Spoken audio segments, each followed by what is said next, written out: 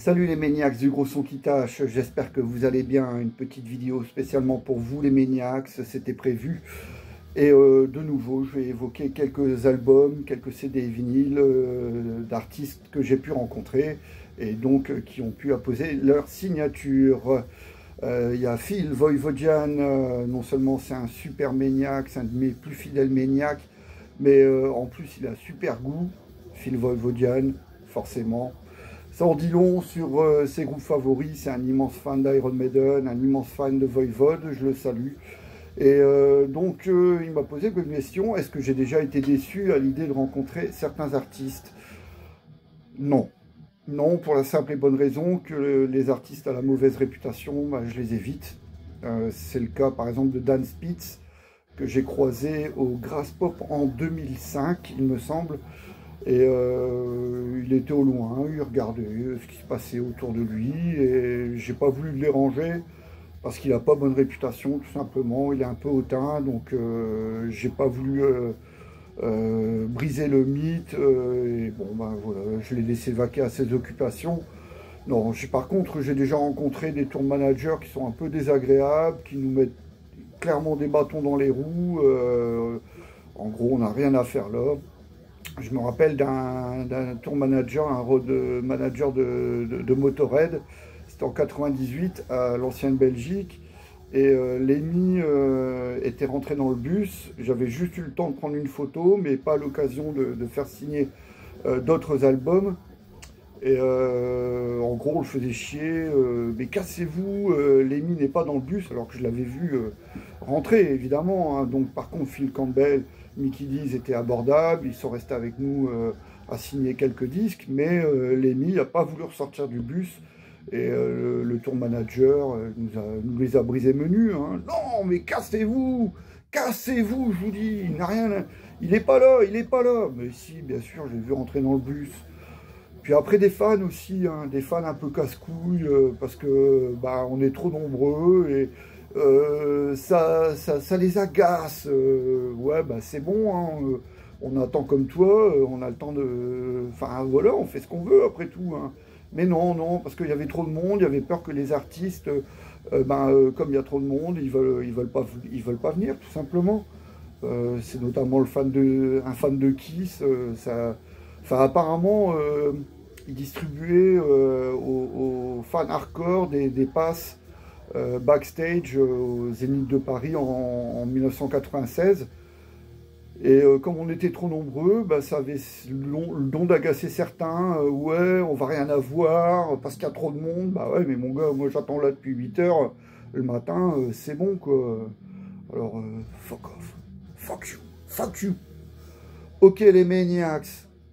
En 1993, je vais voir, donc j'ai déjà évoqué cette date, Fear Factory et Brutal Truth au Rockline de Lille, le 1er février. Donc j'ai l'opportunité de rencontrer une de mes idoles, Dan Lilker, qui est très sympa et qui a dédicacé mes albums de Nuclear Assault. Voilà, Dan Lilker, avec le gros BT à côté, Brutal Truth. Ça veut bien dire ce que ça veut dire. Je ne fais plus partie de Nuclear Assault et l'avenir c'est Brutal Truth. Et il y a Steve également, Steve de Ramon et Pedro, c'est pas des rigolos, qui a également fait signer ses albums. Et pareil, je crois même qu'il a barré Nuclear Assault pour mettre BT à la place. Mais super sympa, Dan Lilker, une crème. Alors donc là, ben, je n'ai pas rencontré les musiciens, je les ai rencontrés plus tard. En 1994, à Londres, je chope cet exemplaire de RIP de Coroner pour pas grand chose, parce qu'en fait le disque il a morflé, mais je l'ai pris pour les dédicaces derrière en fait. J'ai dû avoir pour 2-3 pounds, donc c'est sympa. Et quelques mois auparavant, un digipack, j'avais rencontré les membres de Sepultura dans un Tower Records. Superbe journée, c'était le 5 décembre 1993. Dédicace de Sepultura au Tower Records, je crois que c'était à Kensington. Et le soir même, concert de Sepultura avec Paradise Lost en première partie à la Brixton Academy. Donc voilà, j'ai fait dédicacer mon digipack de Chaos AD, l'album du moment. En 1998, 99 pardon, Fear Factory pour la tournée Obsolete. Je fais dédicacer mon slipcase de Obsolete et le groupe est en tournée française et passe, donc c'est au mois de novembre, au Splendide de l'île Fives avec notamment Will Haven en première partie et il y avait un autre groupe également, c'était une affiche à 3 têtes mais je ne me souviens plus de l'autre groupe, donc voilà, ils étaient en dédicace l'après-midi à la FNAC et j'en ai profité pour faire signer ce petit digipack, slipcase pardon. Voilà. Bon, c'est pas mon album favori de Fear Factory. Il y a Edge Crusher que j'aime beaucoup, mais le reste, non, c'est trop jump metal, metal à baggy. La même année, je vais voir Metal Church Spirit of 66 de Verviers en Belgique, à côté de Liège. Et j'en profite pour dédicacer cet album. Donc tout le monde n'est pas là. Hein. Je crois que le guitariste Craig Wells n'est pas là, puisque c'était John Marshall, James Marshall, le road guitar de Kirk Hammett, qui a œuvré dans Metallica quand James Hetfield s'était brûlé au bras au concert au Canada pour la tournée en commun avec Guns N' Roses en 92. Et même en 86 aussi, quand il s'était cassé le bras, c'était le roadie de Kirk Hammett, donc James Marshall, Jim Marshall, John Marshall.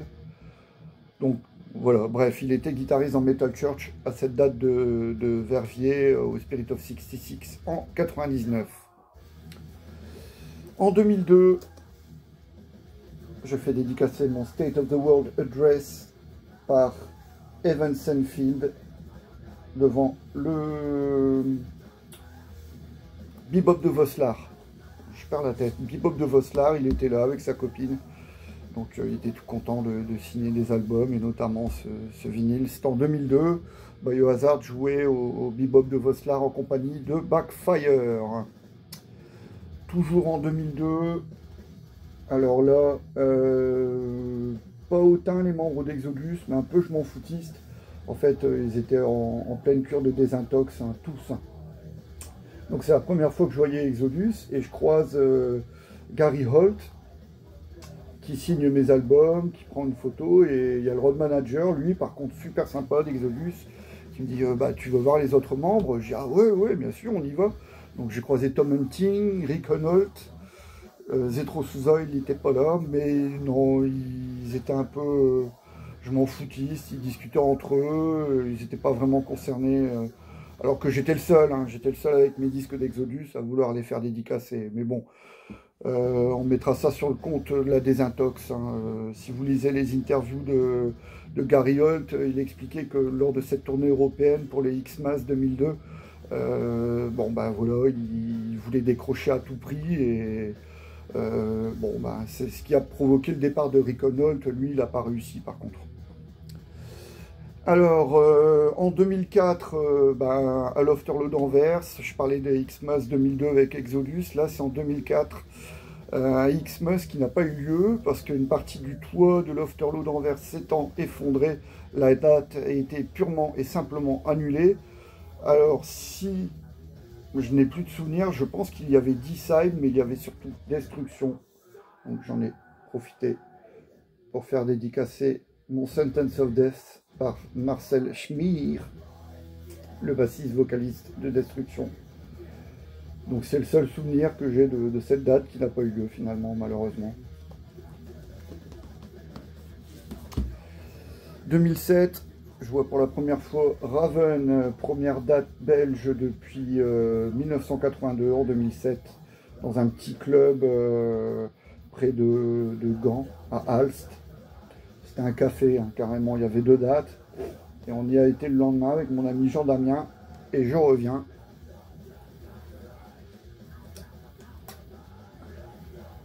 Petite photo de cette soirée-là.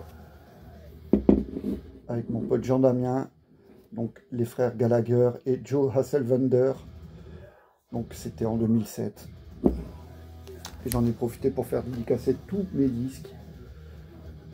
Et eux aussi, des crèmes, les membres de Raven, super super sympa. 2017, 10 ans plus tard, je vais voir le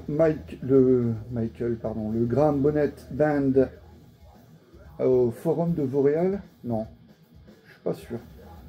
Mais bon, c'était un super concert et donc à la fin, le guitariste, l'italien, nous annonce que le groupe sera en dédicace. Donc j'étais super content de faire signer mon Assault Attack par Graham Bonnet. Et une curiosité, des fois j'achète des disques qui sont dédicacés.